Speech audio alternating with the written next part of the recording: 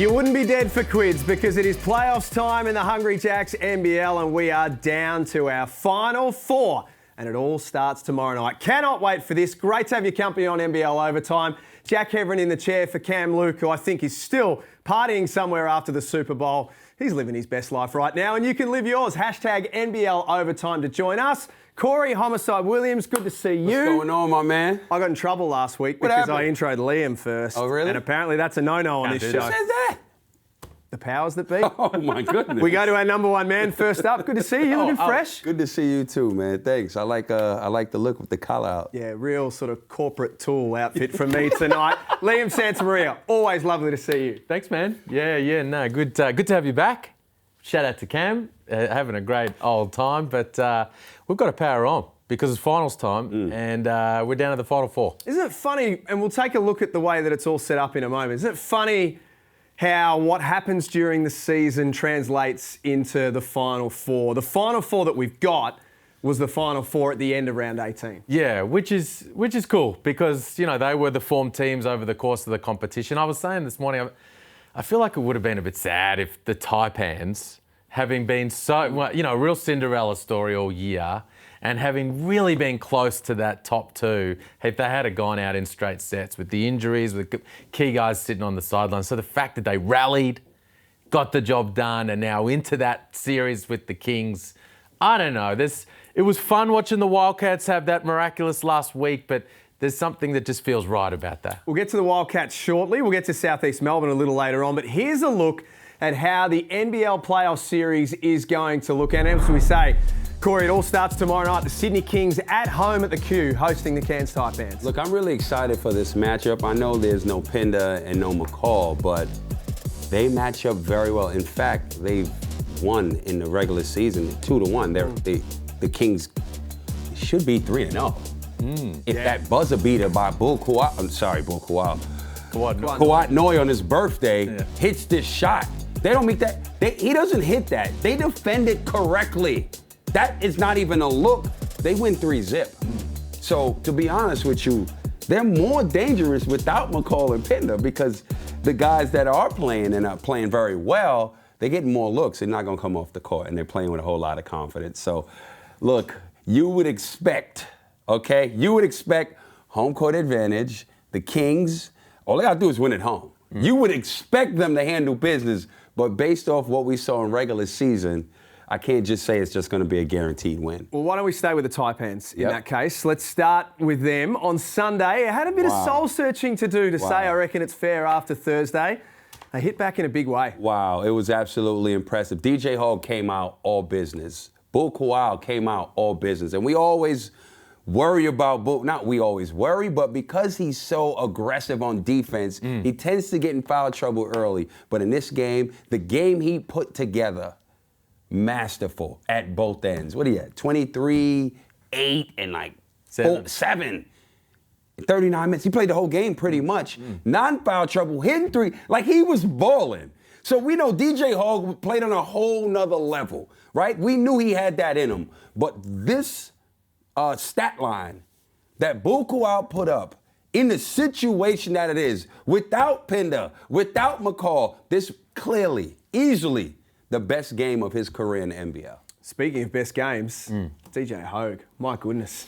Someone had to stand up, and it had to be DJ Hogg. And Liam, in commentary, you said, well, this is what Cairns went and got him for these situations, and he delivered. Yeah, he's the best player on the team. And so he's their go-to guy in crunch time. And this is crunch time. This is crunch time of the season.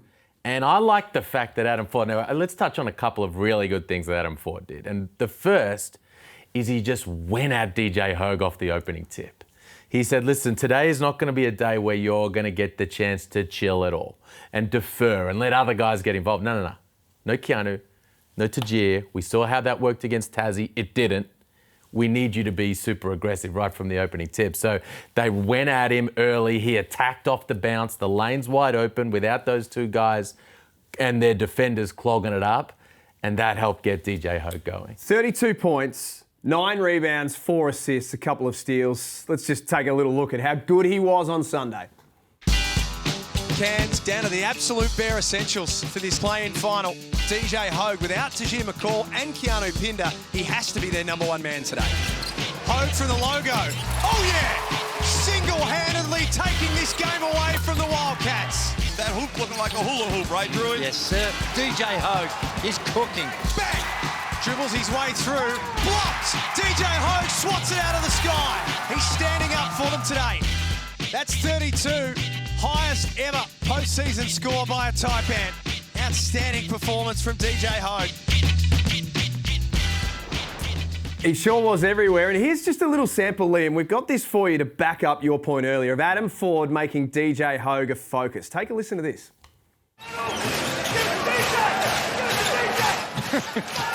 No doubt who he wanted to get the ball to. He's got 18. 6 of 9 from the field.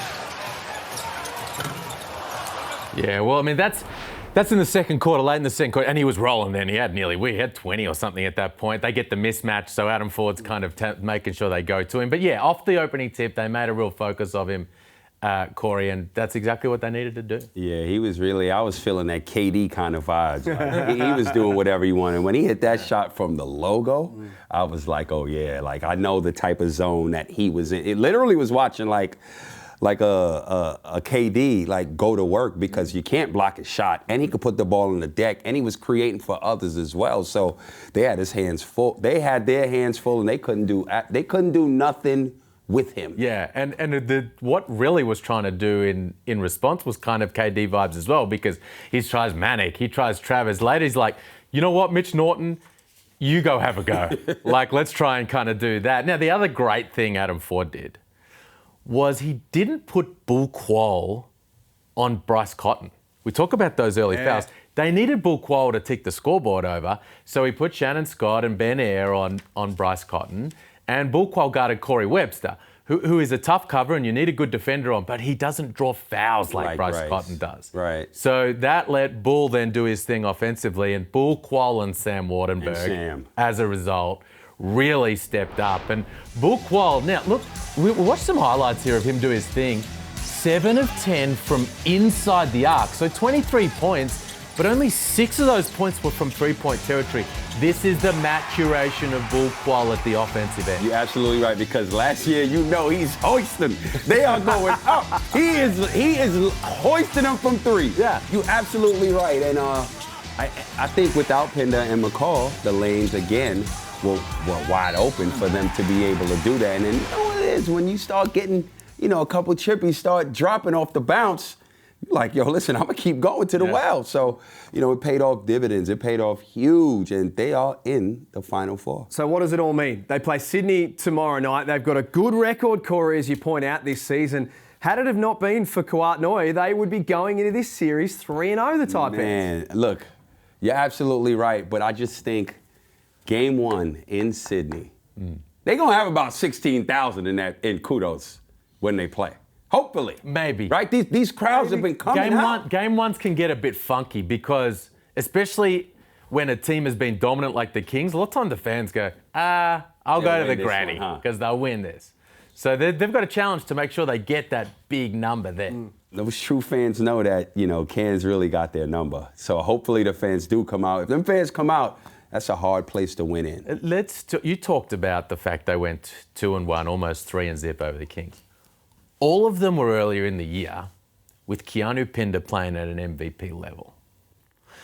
So what do we we know that no Pinder, no McCall, that works against the Wildcats. Spread them out, they can't stay in front of you, attack off the bounce. The Kings guard that sort of stuff much better. They can switch, Cooks can stay in front, all their guys on the perimeter are much better at sliding their feet and staying in front. But Pinder was an issue for them.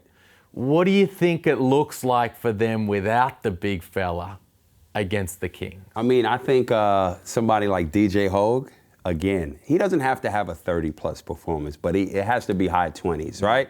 Bull Quoll, can he put some sort of performance that can replicate what he did the other night? Again, it doesn't have to be 23, 9, 7, these type of numbers, but he's going to have to show up. He's going to have to at least hit 18 to 20, something like that, right? And stay out of foul trouble. I think, I don't know what they're going to do with Xavier Cooks, right? Yeah. I don't know what they're going to do with Xavier Cooks. I'm very excited to see the point guard matchup, Shannon Scott and Derek Walton Jr.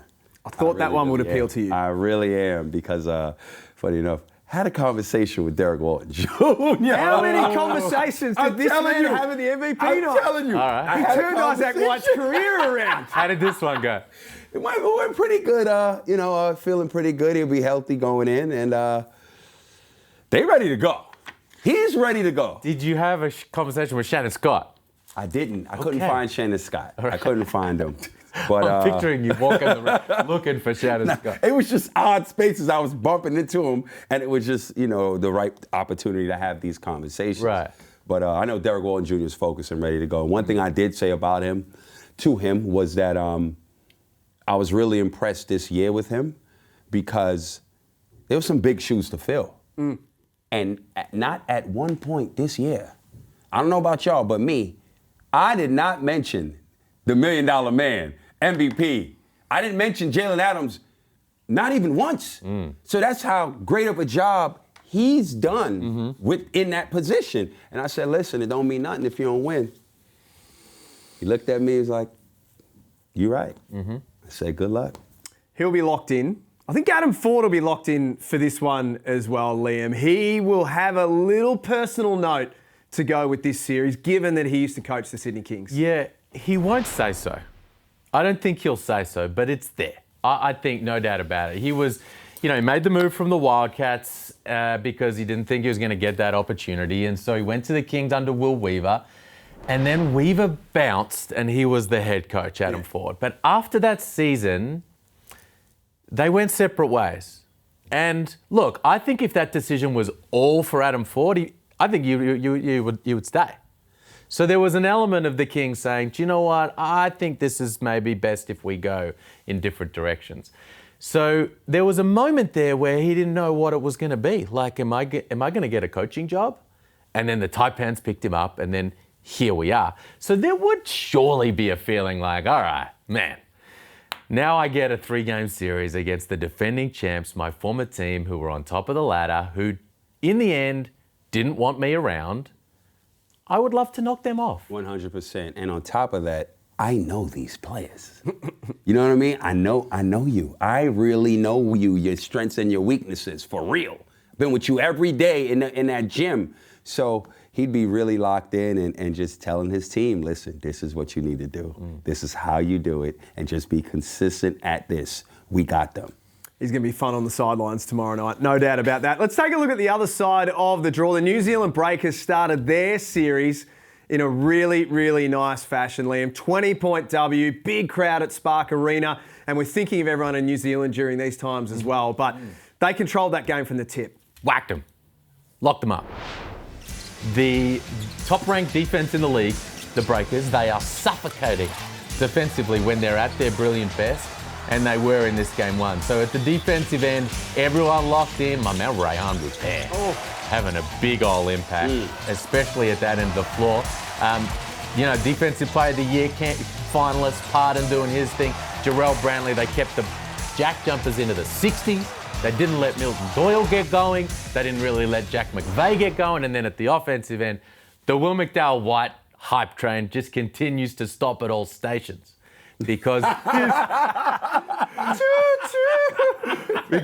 first opportunity in the postseason, and he just they described him as the maestro, and he really was that at the offensive end. Yeah, it was very impressive. They got it done. They crossed their T's and dotted their I's. They know what the scouting report was, and they executed. And 1-0. There's nothing else to say. Over to you, Tazzy, and we know in that fortress how it goes. But it'll be interesting to see without Majette game 2 how they look. Can they bounce back? Let's just have a little reminder about round 7 because, as you say, Corey, we know what happens at MyState Bank Arena. Not an easy place to win. Things got a little spicy when these two played last time at the Ant Nest. It's starting to really simmer at the Silverdome in Launceston. Little scrap after it, and Josh Majette not happy, and frustrations have been building all night long. Monty Mayor has grabbed the official, and it looks as though from within the crowd, someone has thrown something. Scott Roth, look at that. Well, he's angry at his fans. New Zealand have beaten Tasmania and they wave goodbye. That's it. Oh, man. Ooh. Oh, man. Them vibes is going to be crazy. That game. Whew. Yes, I mean, they're super passionate. You know, with the Red Army, we've loved them for how passionate they are. The JackJumper fans have a similar kind of vibe about them. Like, you forget about us on the mainland, you know, and so there's a little chip on the shoulder, which is cool, and they support their team in that kind of way. And then when you have a team come in who, with characters like Barry Brown Jr., who are happy to be the villain, who are telling the crowd, like, come on, let's hear it. Bring me your very, very best. Then you create a cauldron-like atmosphere. And he boiled over a little bit. We don't want to see that. But we do want to see the JackJumper fans full. And it's going to be cool. Oh, it's wild. on. I did everything I on. could to try to be there for Game 2. It's not going to couldn't get happen. No, it's not going to happen, unfortunately, with the schedule.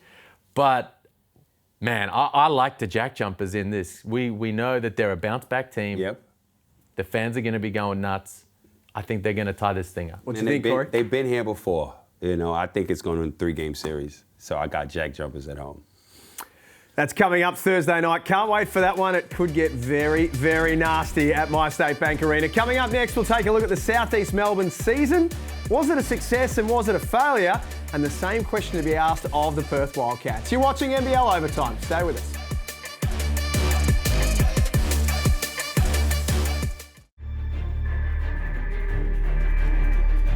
The Southeast Melbourne Phoenix season is about to come to an end. That fourth quarter had the price factor in on that. They kicked our ass in areas that we should have been taken care of. We looked a little fatigued, and I'm not sure why. It's probably one of the most disappointing losses I've ever been a part of as a player or coach. Am I the best man for the job? I'll discover that over the next couple of weeks as we review the season. Unfortunately for Bryce Cotton and the Red Army, that miraculous run comes to an end. When you finish sixth and you don't win a championship, like there's some moments to be happy about and be proud, but I didn't take this job to finish sixth and lose out in a playing game. You're watching NBL Overtime. As you can see there, it's a fine line between pleasure and pain, and that's the case for the Perth Wildcats and the Southeast Melbourne Phoenix right now. Give us your thoughts. Hashtag NBL Overtime on social media. Oh, the agony and the ecstasy for both of them. Liam, let's start with the Southeast Melbourne Phoenix. Is the year a success? Yes or no? No, I don't think you can say it's a success. Was it a roaring, raging failure? No, I wouldn't say that. I mean, there's some other teams that you could put in that basket that weren't involved in any of this postseason action.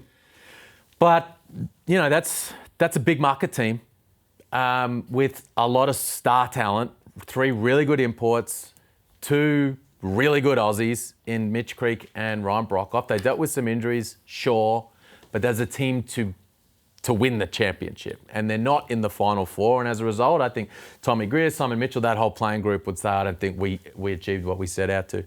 Disappointment. I'll say it for you. Disappointment. You're up 11 at home. You're not supposed to lose that game. Yeah. You see, this man hasn't gotten going all 3 quarters. You know what's going to happen. Double. Get it out of here. Anybody else beat me. We at home. Defense sucked. You gave up 41. 41 in the fourth. Come on, man. Extremely disappointed. Everybody in there should be ashamed of themselves, whoever's on the court. 100%. If he's getting going, you cannot give up 41 at home. You're up 11. Do you know what kind of turnaround that is? Up 11? 13. Come on, man. Up 13. Come on, man. Disappointing. Perth. We getting to Perth yet? Just hold fire for 1 second. While we're on the Phoenix, before we take a look at who's contracted for next season and who's not, what about the coach? Where do things stand with him right now? Look, for me, here's what I believe. How many years he been there? 4. 4. He had 2 years. That second year, that's when everything happened with Melbourne United. That was great. Got him year 3, right? To lose like this, there's going to be a tough decision that's going to have to be made. It's going to be a tough decision that's going to have to be made because you're in pole position to win and advance with the team you got. Wise broke off on the bike for the whole, pretty much damn near the whole second half or the whole fourth quarter. Then gets thrown in at the end. You got to look at all of these things in consideration because down the stretch, y'all had this game and you blew it. There are the numbers for Simon Mitchell as coach of the Southeast Melbourne Phoenix. That conversation will be going on as we speak, no doubt. The other is around who's contracted for next season, Liam. And this, with free agency, it was announced yesterday, it won't start any later than 2 weeks after the completion of the Grand Final Series. Things are about to get very busy, very quick for not only the Phoenix, but for all teams. Yeah, and it's an interesting one because the Phoenix and Tommy Greer, that front office, have focused up until this point in the building of the franchise on continuity. Yep. Saying, hey, like we've seen over the journey in the NBL, Perth and New Zealand and, you know, the like, let's bring guys back. You know, let's have continuity. And they've done a great job of that with their franchise piece, their cornerstone in Mitch Creek, and he's under contract continuing on. But I think they've got a big decision to make now in that regard, you know, with a whole bunch of this roster. They're the guys under contract. You know, Creek and Tarangi, they re-signed Alan Williams recently. They got the club option on Junior Madud, who I thought showed some things over the course of the season as a first-year pro. But across the rest of the roster, certainly with those other two imports, and then with reserves, guys like Kyle Adnam and Dane Pinot and these kind of guys that have been there for a while, I think they've got some big decisions to make. And I wouldn't be surprised to see a pretty new-looking Phoenix team next year in terms of the roster, the whole look. Right. I agree with what you said. I agree with exactly what you said. I signed Junior Madud back. Ryan Broekhoff? You know what? I would sign Ryan Broekhoff back because he's a local. I mean, how many other locals can you match up against him across the board and say, you know what? I wouldn't take Broekhoff, I'd take him. He's a local, so that's the advantage that he has. I'll bring him back. What about the Wildcats? Give us some quick thoughts on the Wildcats as we take a look at who's going to be back next season for them and the decisions that need to be made. Disappointing. No defense, can't rebound. Oh, yeah. You ain't winning nothing, you can't do that. No wonder he wanted to get to Perth. I'm like, it is what it is. Outside of that fourth quarter, you'd have been done in Southeast Melbourne if they would have doubled Bryce. Disappointing. That's all I got. Brady Manick to Sean Thomas. Yeah, look, Brady Manick showed glimpses. Wasn't consistent enough. Obviously, he's a rookie. That's the risk you take. Defensively, he was not there. And it ain't like he shot the lights out consistent enough throughout the whole season to pretty much cover up the suspect defense that he played. Yeah. So I'm not bringing him back. Tyshawn Thomas, he did okay. You know, I expected more from him. Out of anybody on that screen a while ago, Corey Webster lit up in the second half. He's worthy enough to bring him back. And Ty was just available because of, you know, he departed ways. I think he was in Turkey. But they do have the option there, mutual option in place with Ty Webster. Yeah. Could bring him back as well. I don't know. I think there's too many balls outside of Bryce's hands. The really interesting one for me is Luke Travis. We'll see what happens in terms of the Summer League and his NBA situation, but there's going to be a bunch of NBL teams throwing big offers his way, I'm sure. Oh, looking forward to that. Free agency starting soon. We're back to wrap it up on the other side of this. You're watching NBL Overtime.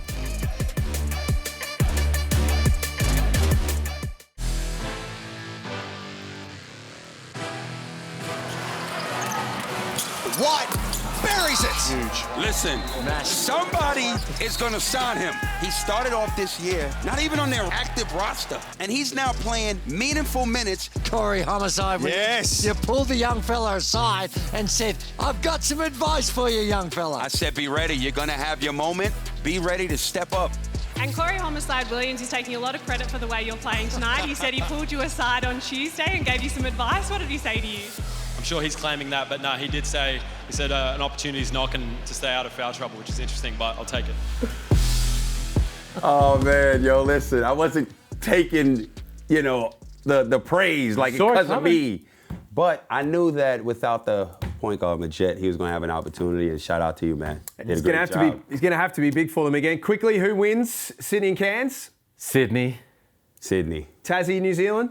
New Zealand. Three. No, Tassie. You talking about the series or the game? Too late. We've got to go. Damn. My bad. That's the man telling us to go. See you next time.